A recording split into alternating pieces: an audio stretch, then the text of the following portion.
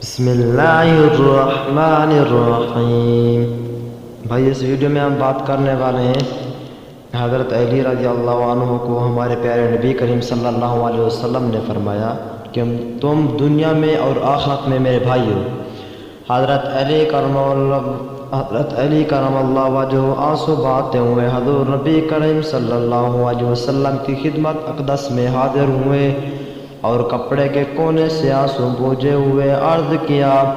یا رسول اللہ صلی اللہ علیہ وآلہ وسلم،